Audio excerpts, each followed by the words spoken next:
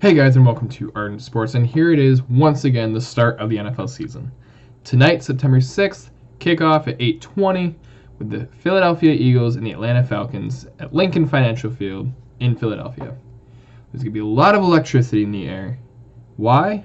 Oh yeah, the Eagles just won the Super Bowl back in February for the first time. So, with that being said, can the Falcons come into Philly and basically defeat all that electricity in the air? Can they quiet the Eagles? Can they quiet the fans? It's hard to say. We still don't quite know exactly who's going to be starting this game, at least as far as I'm aware. There's been a lot of quarterback drama between Carson Wentz and Nick Foles. Some people are saying Nick Foles is going to get the start. Some people are saying Carson Wentz is going to get the start. We'll have to wait and find out and see what happens. But, with that being said, Matt Ryan of the Atlanta Falcons still has Julio Jones, still has a pretty good defense. Last time these two faced off was actually in the NFC Championship game. We'll have to see what happens with this one here. I'm giving my prediction, my pick, to the Philadelphia Eagles. No way can Matt Ryan and the Falcons quiet the Eagles on their celebration night. Moving on to Sunday, September 9th, 1 o'clock, we have the Pittsburgh Steelers going into Cleveland, Ohio to face off against the surprisingly decent-looking Browns. So, Pittsburgh, Ben Roethlisberger, Juju Smith-Schuster, Antonio Brown, who else? Possibly Le'Veon Bell. I guess there's still speculation whether he's going to play or not, just because he's not really happy where he's at from what we've all heard. Still have a stellar defense. Cleveland Browns, Jarvis Landry, Tyrod Taylor, maybe Dez Bryant. Could happen. You know what? With all this being said, these teams may not be as far apart as many people think. You know, Pittsburgh is, one of the better teams in the AFC. There's no questioning that. Cleveland, they haven't won a game since 2016. They're definitely not going 0-16 this season. I'll tell you that right now. I have Cleveland probably around the 5-11 mark. But with that being said, I actually have Cleveland being an upset in Week 1 and defeating the Pittsburgh Steelers. Next up, we have the Cincinnati Bengals and the Indianapolis Colts at Lucas Oil Stadium in Indianapolis. So, neither team is all that stellar anymore. Both teams used to be really good. Bengals make it into the playoffs here and there as a wild card. Colts make it sometimes, I guess. But with that being said, I got to give this one plain and simple. Keep it quick. I'm giving this one to the Colts by a very, very narrow margin. I'm saying 5 points or less. The Tennessee Titans and the Miami Dolphins. Ryan Tannehill is back, facing off against Marcus Mariota and new running back Dion Lewis and new cornerback Malcolm Butler. With that being said, the Titans are looking like a pretty decent team this year, as long as they have people who can catch the ball. They got a good running back. Malcolm Butler does help improve that defense, and Marcus Mariota is one of the better young quarterbacks in the game. Now, Ryan Tannehill is coming off a serious injury. We'll have to see how he fares in the season. He's looked okay in the preseason. We'll have to see what happens in the regular season. Doesn't have the best receivers. He's got Danny Amendola now. But you know what? Being a Patriots fan, yeah, I'm upset that Danny left, especially in division. But I'm kind of one of those people, NFL fans, not even Patriots fans, but NFL fans that says Tom Brady made Amendola look good.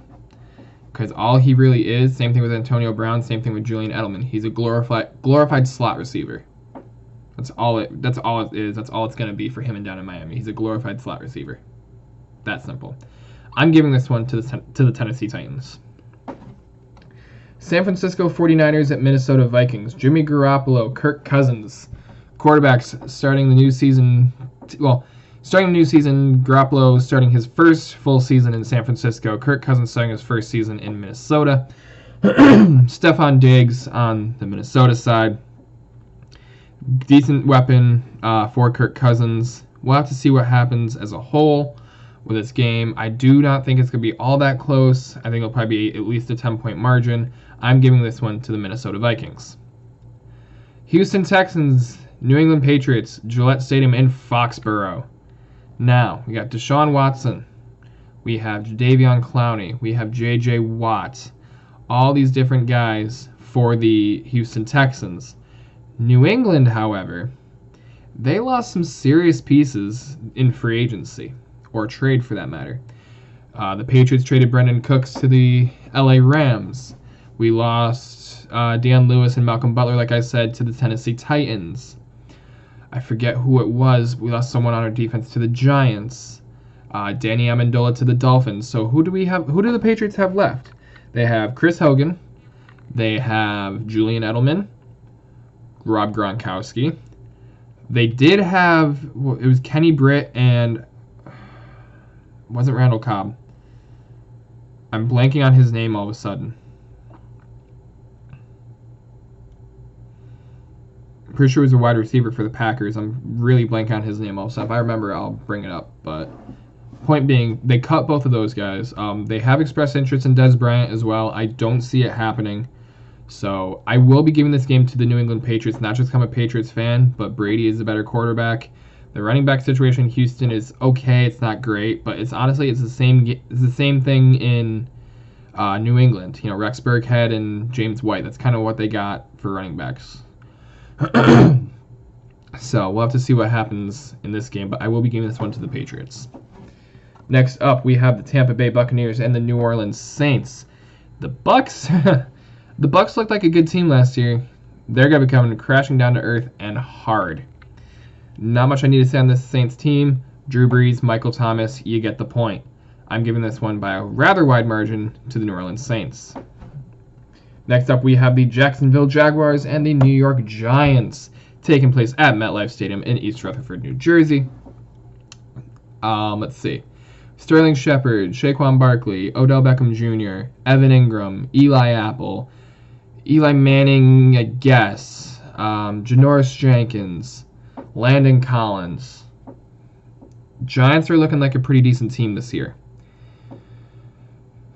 Jacksonville Jaguars, led by Blake Bortles. I mean, here's my issue. Not my issue, but here's one of my key points. Not so much with the matchup, but with the two teams' history. Last season, or 2 seasons ago maybe, Tom Coughlin took a job down in Jacksonville, not as a head coach, but as some sort of representative, I guess. I don't know what the exact title was. There was talks of Eli Manning being traded down to Jacksonville to almost like mentor Blake Bortles. That obviously fell through. So here we are. These two teams have quite a bit of history. I am a big fan of the Jacksonville Jaguars. They are secretly, not so secretly, my second to third favorite team. So, with that being said, not out of straight favoritism, not out of anything really, just out of simple who I think is going to win this game. The Giants are home. They do have a great team this season. I'm predicting them to be a wildcard team. But I do have the Jacksonville Jaguars coming out with a sneaky victory, a very slim lead victory in Week 1. Next up, we have the Buffalo Bills and the Baltimore Ravens at M&T Bank Stadium in Baltimore, Maryland. The Bills lost a few pieces this past offseason, Tyrod Taylor most namely. Baltimore Ravens are looking okay. Can Joe Flacco have a bounce-back season and return to his former self like he was back when he won the Super Bowl? Probably not. But, with that being said, I do think that the Baltimore Ravens, though they are one of my more hated teams with how dirty they play and they just play absolutely terrible, I do see them coming away with a victory over the Buffalo Bills in Week 1. The Kansas City Chiefs and the LA Chargers taking place at StubHub Center in Carson, California. The Chiefs are now without Alex Smith. Alex Smith is now on the Washington Redskins. I do believe that the Chiefs are rolling out Pat Mahomes, so rookie QB, some experience. We'll see what happens. Pat Mahomes has proven to be good, not great. I will be interested to see how he handles the season this year. Against the Chargers, though, I do have Phillip Rivers and the LA Chargers defeating the Kansas City Chiefs. I'm picking a lot of home teams, I'm realizing, but they're my picks, so that's what we're going to go with. Next up, the Chiefs game was a 4 o'clock game. That was the first 4 o'clock game. The next game is a 4:30 or 4:25 game. Super Bowl 50 rematch. Seattle Seahawks, Denver Broncos. Not many people left on those teams that were on that team at the Super Bowl, most notably Peyton Manning. However, with that being said, Russell Wilson, and I don't even know who they're rolling out. I don't know who Denver's rolling out. Are they rolling out Simeon? I don't know who they're rolling out. But with that being said, Denver Broncos are home.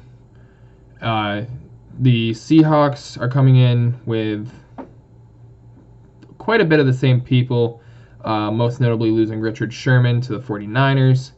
So that is going to be interesting to see how the Seahawks do as far as their defense goes.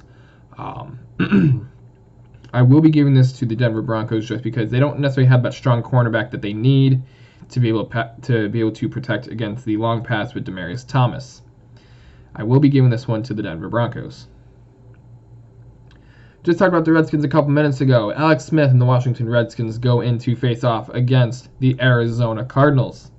Now, Arizona is without their longtime quarterback, and they're also without their somewhat newly acquired running back towards the end of last season, Adrian Peterson. And where is AP?